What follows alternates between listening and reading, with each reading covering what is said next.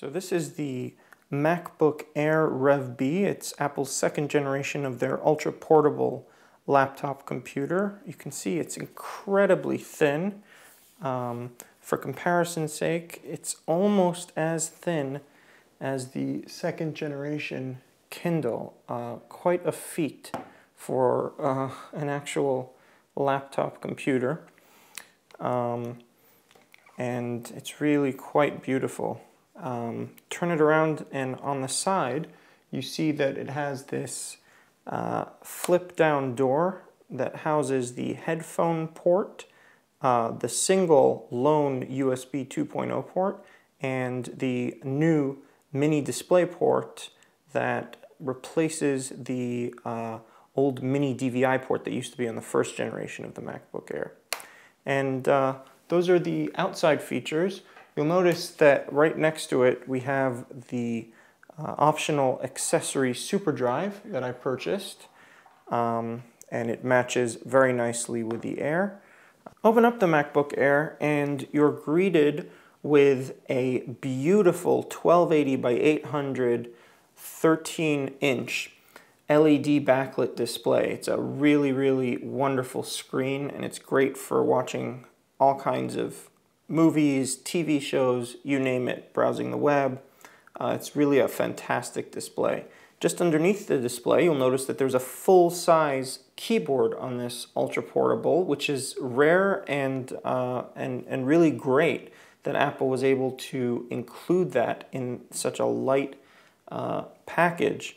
The keyboard also is backlit, so if you're in a dark sort of situation, you'll be able to see perfectly what's going on the keyboard. It's very well implemented. Just underneath the keyboard, we have the oversized trackpad, and it's nice to have a large trackpad, but one of the reasons the MacBook Air's trackpad is so large is because it recognizes what are called gestures.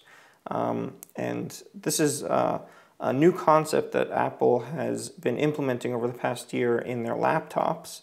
It started with the first generation of the MacBook Air, and basically, take a look. If I put two fingers on the trackpad and I click, that gives me a right click. So the trackpad knows that I don't just have one finger on, but I've got two, and it interprets that as a right click.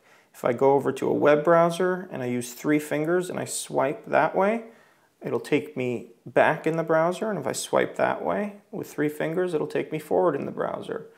Final example, if I take four fingers and I push them all up, it gets rid of all my windows and reveals my desktop for me, and I can bring them back in the same way. So swipe up and they're gone, swipe back with four fingers and they're back. So it's a really nice, it's a little thing, but it makes a big difference, and I use these gestures all the time. They're really fantastic.